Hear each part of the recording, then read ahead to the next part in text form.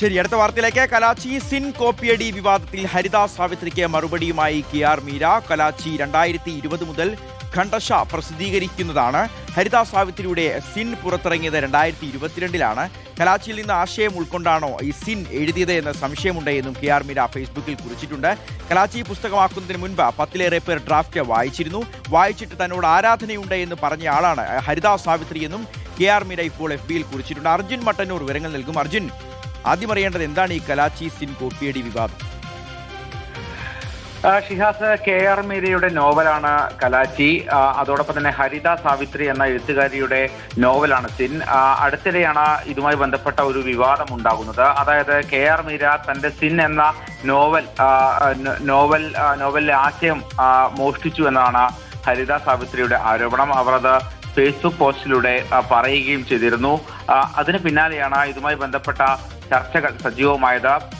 സാഹിത്യ മോഷ്ടാക്കളുടെ ചില നീചതന്ത്രങ്ങൾ എന്ന തലക്കെട്ടോടു കൂടിയാണ് ഹരിദാസ് സാവിത്രി ഇത്തരമൊരു ആരോപണം ഉന്നയിച്ചിട്ടുള്ളത്. ആദ്യഘട്ടത്തിൽ നിന്ന് തന്നെ ഈ വിഷയത്തിൽ നേരിട്ട് പ്രതികരിക്കാൻ KR മീര തയ്യാറായിരുന്നില്ല. എന്തായാലും ഇപ്പോൾ ഫേസ്ബുക്കിലൂടെ KR മീര ഈ ഹരിദാസ് സാവിത്രിക്ക് മറുപടി നൽകിയിരിക്കുകയാണ്.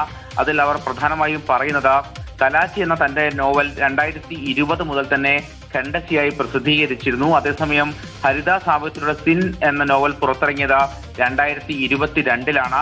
കലാച്ചിയിൽ നിന്ന് ആശയം ഉൾക്കൊണ്ടുകൊണ്ടാണോ സിൻ എഴുതിയത് എന്ന ഒരു മറു ആരോപണമാണ് KR മീര ഉന്നയിക്കുന്നത്. മാത്രവുമല്ല, കലാച്ചി പുസ്തകമാക്കുന്നതിന് മുൻപ് 10ലേറെ പേർ അതിന്റെ ഡ്രാഫ്റ്റ് വായിച്ചിട്ടുണ്ട്. അവരിൽ ആരും തന്നെ മറ്റേതെങ്കിലും രചനയുമായി സാമ്യമുണ്ട് എന്ന ഒരു സംശയം ഉന്നയിച്ചിട്ടുമില്ല. കലാച്ചി വായിച്ചിട്ട് അതിനുശേഷം ഇപ്പോൾ ആരോപണം ഉന്നയിക്കുന്ന ഹരിദാസ് സാവിത്രി തന്നോട് ആരാധനയുണ്ട് എന്ന് പറഞ്ഞിരുന്നു. നേരിട്ട് കണ്ടപ്പോൾ തന്നെ കെട്ടിപ്പിടിച്ച് ഉമ്മ വെക്കുകയും ഫോട്ടോകൾ എടുക്കുകയും ചെയ്തിരുന്നു എന്നും KR മീര പറയുന്നുണ്ട്. ആരാച്ചർ എന്ന തന്റെ മറ്റൊരു നോവൽ വായനക്കാർ ഏറ്റെടുത്തപ്പോഴാണ് സമാനമായ രീതിയിലുള്ള ആരോപണങ്ങൾ ഉയർന്നത്. സത്യസന്ധതയില്ലാത്ത ആരോപണങ്ങളും ആത്മാർത്ഥതയില്ലാത്ത അഭിനന്ദനങ്ങളും തന്നെ ബാധിക്കാറില്ല എന്നും KR മീര പറയുന്നുണ്ട്. അതേസമയം ഇതുമായി ബന്ധപ്പെട്ട് ഈ KR മീരയുടെ ഈ വാദങ്ങൾക്ക് നേരത്തെ മറ്റൊരു മറുവാദം ഹരിദാസ് സാവിത്രി ഉന്നയിക്കുകയും ചെയ്തിരുന്നു. അതായത് 2025-ലാണ് കലാച്ചി ഇറങ്ങിയതെങ്കിലും 2020 തന്നെ പുസ്തകത്തിന്റെ ആദ്യ ഭാഗങ്ങൾ ഒരു ഓൺലൈൻ മാധ്യമത്തിൽ പ്രസിദ്ധീകരിച്ചു എന്നാണ് KR മീരയുടെ വാദം. എന്നാൽ ഇതിനെ ഹരിദാസ് സാവിത്രി തള്ളുകയാണ്. 2020 തന്നെ സിൻ എന്ന നോവലിന് അവതാരിക എഴുതാൻ വേണ്ടി NS മാധവന് ഇമെയിൽ അയച്ചതിന്റെ ചില വിവരങ്ങളും ഹരിത പുറത്തുവിട്ടിരുന്നു.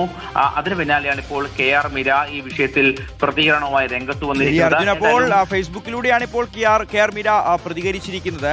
അപ്പോൾ ഇതോടുകൂടി ഈ ഒരു പ്രതികരണത്തോടുകൂടി ഈ ഒരു വിവാദം അവസാനിക്കും എന്ന് കരുതണോ, അതോ ഇനി കൂടുതൽ പ്രതികരണങ്ങൾ, കൂടുതൽ വിശദീകരണങ്ങളൊക്കെ വരും ദിവസങ്ങളിൽ പ്രതീക്ഷിക്കണോ? ഷിഹാസ്, സ്വാഭാവികമായും ഈ വിഷയം മലയാള സാഹിത്യ ലോകത്ത് ഒരു ചർച്ചയായി തുടരുന്നുണ്ട്. പ്രത്യേകിച്ച് സമൂഹ മാധ്യമങ്ങളിലടക്കം വലിയ തോതിൽ ഇതൊരു ചർച്ചാ വിഷയമായി മാറുന്നുണ്ട്. പല ആളുകളും ഈ ഇരുഭാഗത്തുമായി അണിനിരന്നുകൊണ്ട് ആരോപണ പ്രത്യാരോപണങ്ങൾ ഉന്നയിക്കുന്നുണ്ട്. വരും ദിവസങ്ങളിലും ഈ വിഷയം ചർച്ചയാകുമെന്ന കാര്യം ഉറപ്പാണ്. ഏത് കൃതിയാണ് ആദ്യം പുറത്തിറങ്ങിയത്, ആരെയാണ് കോപ്പിയടിച്ചത് എന്ന ആരോപണ പ്രത്യാരോപണങ്ങൾ തുടരുമെന്ന കാര്യം ഉറപ്പാണ്. മലയാള സാഹിത്യത്തിലെ പല പ്രധാനപ്പെട്ട ആളുകളും വ്യക്തികളും ഇതുമായി ബന്ധപ്പെട്ട അവരുടെ നിലപാടുകൾ വ്യക്തമാക്കിക്കൊണ്ട് രംഗത്ത് വരികയും ചെയ്തിരുന്നു. ചിലർ KR മീരയെ പിന്തുണച്ചുകൊണ്ട് രംഗത്ത് വന്നു. നിരൂപകനായ PK രാജശേഖരനടക്കം KR മീരയെ പിന്തുണച്ചുകൊണ്ട് രംഗത്ത് വന്നിരുന്നു. അതേസമയം ചിലർ ഹരിദാസ് സാവിത്രിയെ പിന്തുണച്ചുകൊണ്ടും രംഗത്ത് വരുന്നുണ്ട്. എന്തായാലും ഇപ്പോൾ നിലവിൽ ഇതൊരു ആരോപണ പ്രത്യാരോപണങ്ങളായി തുടരുകയാണ്. അതേസമയം അതിനപ്പുറത്തേക്ക് ഒരു നിയമപോരാട്ടത്തിലേക്ക് ഇത് കടക്കുമോ എന്നുള്ളതാണ് സാഹിത്യലോകം ഉറ്റുനോക്കുന്നത്. ശരി, അർജുൻ മട്ടന്നൂരാണ് ഈ വാർത്തയുടെ വിവരങ്ങൾ നൽകിയത്.